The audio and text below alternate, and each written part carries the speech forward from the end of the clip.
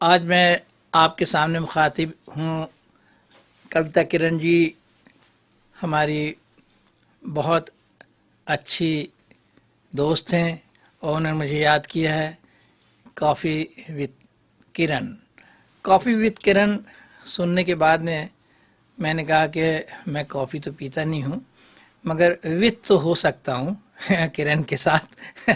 तो मैं आज आपके सामने यही कहना चाहता हूँ कि ये डिप्रेशन भरी ज़िंदगी में आदमी को कभी ऐसा नहीं सोचना चाहिए कि अब कोई रास्ता बचा नहीं है।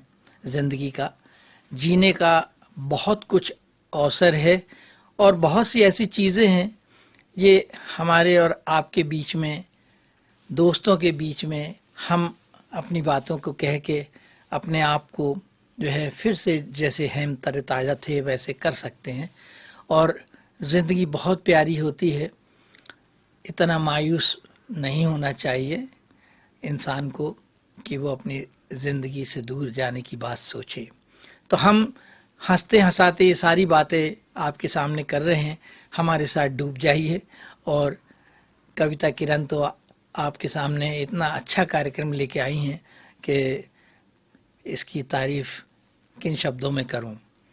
वो अपने आप में ही बहुत तारीफ के काबिल हैं। Thank you very much Kavita ji. और मैं कुछ ऐसी चीज़ें पेश करना चाहता हूँ कि स्टैंड अप कॉमेडी में और क्या क्या हो सकता है। Thank you. लीजिए सुनिए। आज के वक्त बहुत परेशानी हो रही है, कोरोना काल चल रहा है और लोग इतने परेशान हैं कि हम आपसे क्या बताएं। हम जानते हैं कि इस वक्त आदमी बहुत सब्र से जी रहा है, और आदमी ही नहीं औरत भी बहुत सब्र से जी रही है। और कभी कभी ये होता है कि वो कुछ चाहती है, आदमी कुछ चाहता है। तो किसी शायर ने कहा है कि भाई बैठे ठाले कुछ तो किया कर, कपड़े उधेड़ कर ही सिया कर। यानी जिंदगी में कुछ ना कुछ करते रहना है आपको, और ये समय भी कट जाएगा, जैसे आया है वैसे चला जाएगा। फिर भी जहाँ तक हो हमें सावधानी तो बरतना ही पड़ेगी। और इससे इतने भी परेशान ना हो जाए कि कई दफा हमने देखा है कि लोग मरने की बात करने लगते हैं कि इससे अच्छा क्या जिंदगी है भाई, हैं? इससे अच्छा तो मरा ही जा, तो वो ही अच्छा है, हैं? अरे चैन से एक मिनट ना बाहर जी सकते हैं ना घर में जी सकते हैं। तो घर वाली भी चिल्ला गए, बाहर जीने का क्या है तुम्हें, बाहर जाके क्या करोगे क्या तुम। अरे बाहर कुछ नहीं करेंगे, जा डंडे खाओ और आओ, फिर हमसे बोलो कि कड़वा तेल गरम करो और हल्दी है। नहीं तो दिमाग खराब करते हो जब देखो तब। मगर सब्र रखना जरूरी है। हम जानते हैं कि सब्र का फल बहुत मीठा होता है, मगर सड़क पे सब्र का फल मीठा नहीं है। आज पुलिस जो है वो मीठा फल नहीं देती। तो जनाब, मुझे याद आ रहा है कि एक साहब से उनकी वाइफ ने कहा कि सुनिए ना, आप जाके ना वहां से ना वो लाल लाल पके वाले टमाटर लेके नहीं आना, मालूम। और मतलब तुम थोड़े कच्चे लाओ, ताकि वो क्या है कि रख लेंगे ना फिर धीरे धीरे पकते रहेंगे उसके बाद में फिर। नहीं तो तुम पिछली बार जैसे पके ले आए तो वो सब खराब ही होने लगे थे, मालूम। इसलिए हमें घबराहट होती है। नहीं तो तुम ना एक काम करना, कच्चे से लेके आना। हाँ भाई, कच्चे ले आएंगे। अब तो मेरे को थैला वैला तो दे, झूला वूला क्या करेंगे वहाँ, पन्नी में नहीं देते वो आजकल।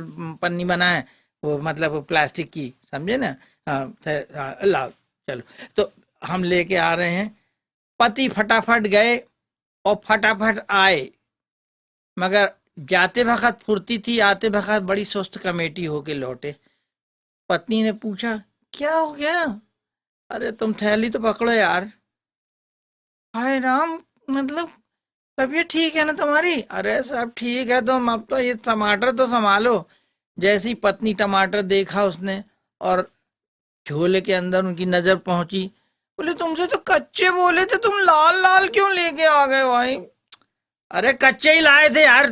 वो पुलिस वाले ने बिना सैनिटाइज का डंडा मारा है इतनी जम के कि वो टमाटर तक लाल हो गए। इधर हम तो हो ही गए हैं पीछे से लाल, तुम तो और जल्दी हल्दी वल्दी गरम करो। ये समय तो इस तरह का जा रहा है, और कुछ ना कहो कैसा कैसा और देखने को मिलेगा।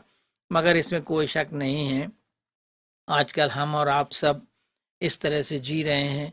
और जहाँ तक मैंने एक दो जगह देखा है कि परेशानियां तो हैं, लोगों को हुई हैं, और उस परेशानी का कोई हल भी नहीं निकल रहा है। मगर परेशानियों से हमें जूझ के निकलना है, आगे ज़रूर निकलना है।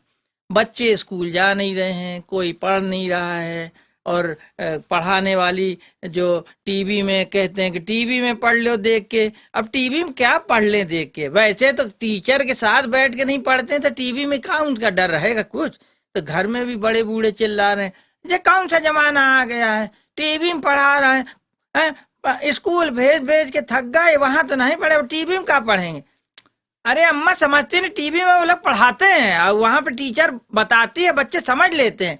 अरे का समझे पता नहीं। अब मान लो टीचर का गुस्सा आ गया, वो चांटा मारे का कोशिश करी तब, अरे तो फिर वो चांटा मतलब इसी, जब चांटा नहीं घले तो बच्चा पढ़े कैसे ठीक से, कुछ नहीं समझ में आएगा।